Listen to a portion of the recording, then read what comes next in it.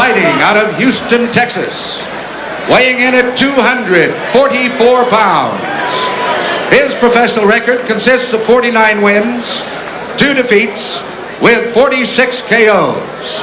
He is a former heavyweight champion of the world, George Foreman.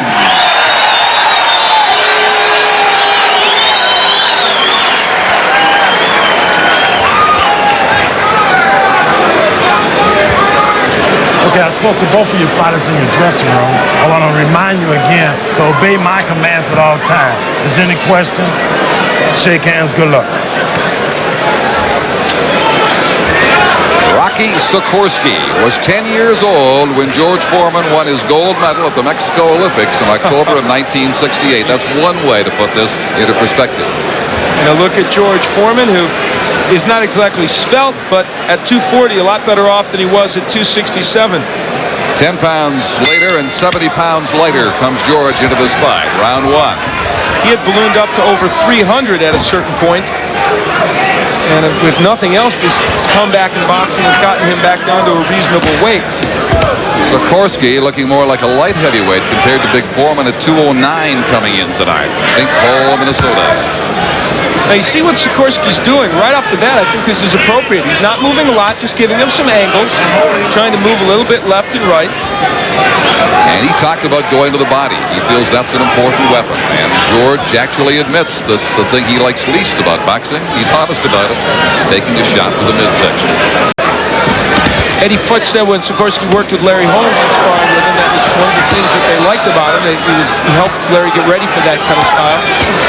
Foreman's landing some heavy big left. Big left.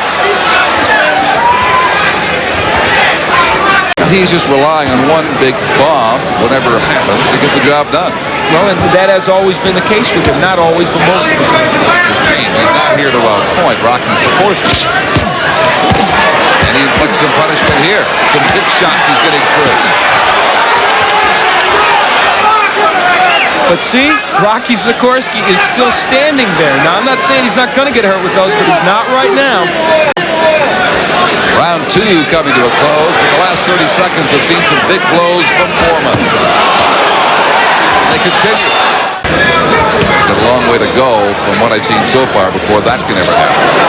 Again, the power is there. That snapping jab, and he just going to try to bang this man in submission. And the jab is one thing, as we said earlier, that George Foreman has a good one. That's as classic as you get. It's powerful. Rocky is a very wide puncher. He loses a lot of power because of the way he punches, and also he's going after a big man. That left hook may have stunned Sekorski. It didn't get all of him, but it got enough, and he is in trouble against the ropes. He's taking all kinds of shots with both hands from Foreman now. Trying to hold on. Oh, goodness, if that left had connected full force, he'd be out of here by now, and he may be very soon. Foreman is closing in on the end of this bout as he drives Sekorski across the ring. A minute to go. And Rocky is not, by trade, a boxer, so for him to buy time here is not going to be that easy. Well, he is very wobbly, and the punishment continues. That jab flush in the face time and time again. The chopping right hands, now the hooks. Foreman just teeing off on Sekorski. And Rocky somehow stays there and comes back for more. Part of the interest in the lure here is that even though Sekorski hasn't fought the top of the heavyweight division, he's not been knocked out. So part of Foreman's mission here tonight, whatever you think of what he's doing, was to get a knockout. That was important. And my goodness. Look at his head snapping back. He reminds me of Randy Tex Cobb, the way he can take punches, but he's taking a terrible beating in the process. This is brutal. It is over. Richard Steele's had enough, and frankly, so have I. Well, and Rocky Sekorski does not complain. He stayed on his feet, but took fantastic punishment. Interestingly enough, when Richard Steele stepped in, and again, there's no complaint, Rocky Sekorski was ready to step in and fight again. Damn it! Joe Daskowitz isn't happy. And here is what finally convinced Steele to call this a night. Now there, those punches delivered in a better fashion. The jab and the straight right hand, and you'll see a left hook. Oh. That's not the real bad one, but I'll tell you, there's one coming up here. Yeah, now, he stayed on his feet after that, which is just astonishing. And Richard Steele jumps right in. George can still punch. That much we know. Here's Checo.